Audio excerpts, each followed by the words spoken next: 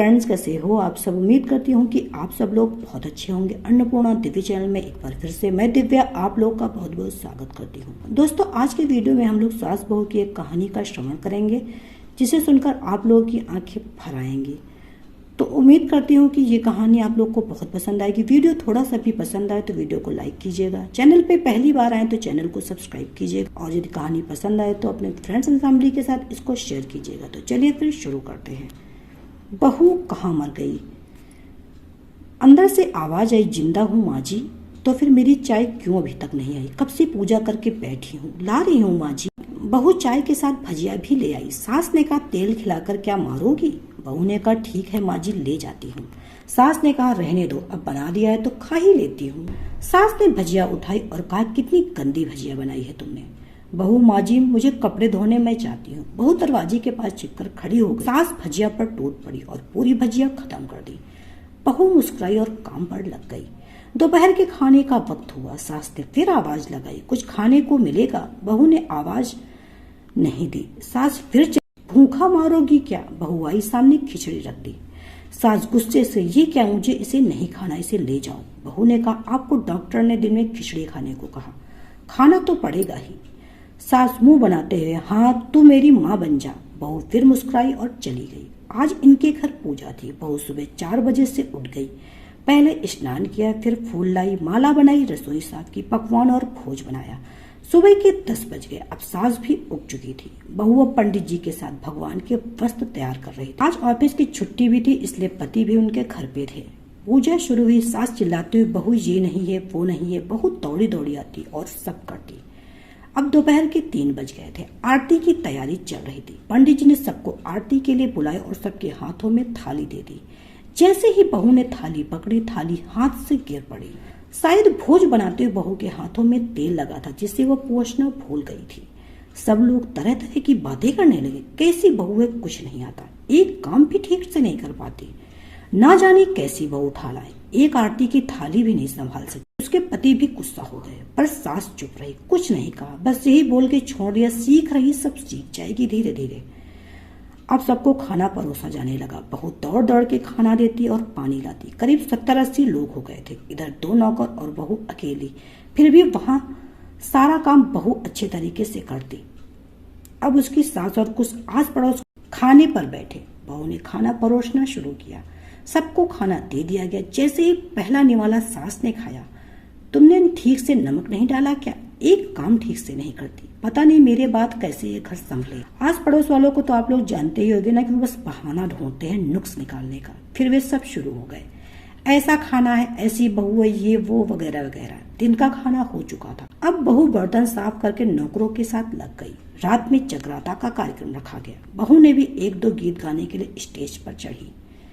सास जोर से चिल्लाई, मेरी नाक मत कटा देना, गाना नहीं आता तो मत गा, वापस आ जा। बहू मुस्कुराई और गाने लगी। सबने उसके गाने की तारीफ की, पर सास मुंह फुलाते हुए बोली, इससे अच्छा तो मैं गाती थी जवानी में, तुझे तो कुछ भी नहीं आता। बहू मुस्कुराई और चली गई। अब रात का खाना खिलाया जा रहा था। उसके पति के ऑफिस के दोस्त साइड में ही ड्रिंक करने लगे। उसका पति चिल्लाता, थोड़ा बर्फ ले आओ, तो सास चिल्लाती, यहाँ दाल नहीं। फिर चिल्लाता, कोल्ड ड्रिंक नहीं, पापड़ ले आओ। इधर उधर। आखिर में उसके पति की शराब गिर पड़ी उसकी एक दोस्त पर और बोतल टूट गई।